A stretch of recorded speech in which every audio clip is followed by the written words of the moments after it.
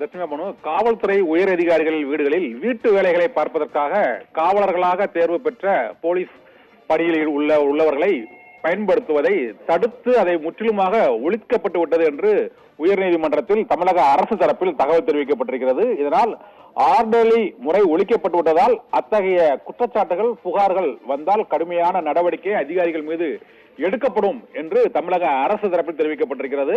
முற்றிலுமாக ஒழிக்கப்பட்டு விட்டதாக கூறப்படும் அந்த ஆர்டர்லி முறை சிறைத்துறை அதிகாரிகள் மற்றும் காவல்துறை அதிகாரிகளின் இல்லங்களில் அவர்களது இல்ல பணிகளை அவர்களுக்கு பாதுகாப்பு அளிக்கிறோம் என்ற பெயரில் அந்த பணிகளை மேற்கொள்ளும் செயலுக்கு அது ஒரு அடிமை முறை போல இருப்பதாக கடுமையான எதிர்ப்பு எழுந்தது.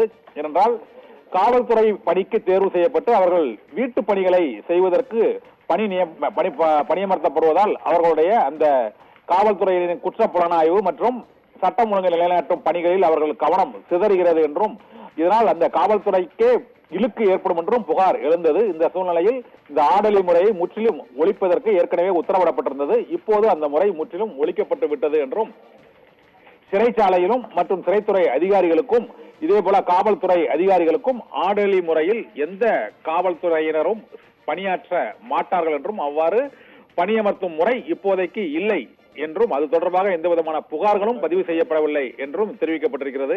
இதனால் தமிழகத்தில் காவல்துறையில் ஆர்டர்லி என்று அழைக்கப்படக்கூடிய காவல்துறையினர் காவல்துறை அதிகாரிகளின் வீட்டு வேலைகளை செய்வதற்கான பணிக்கு நியமனம் செய்யப்படும் முறையே கிடையாது, முற்றிலுமாக ஒழிக்கப்பட்டு விட்டது என்று தமிழக அரசு திட்டவட்டமாக உயர்நீதிமன்றத்தில் அறிக்கை தாக்கல் செய்திருக்கிறது. பானு.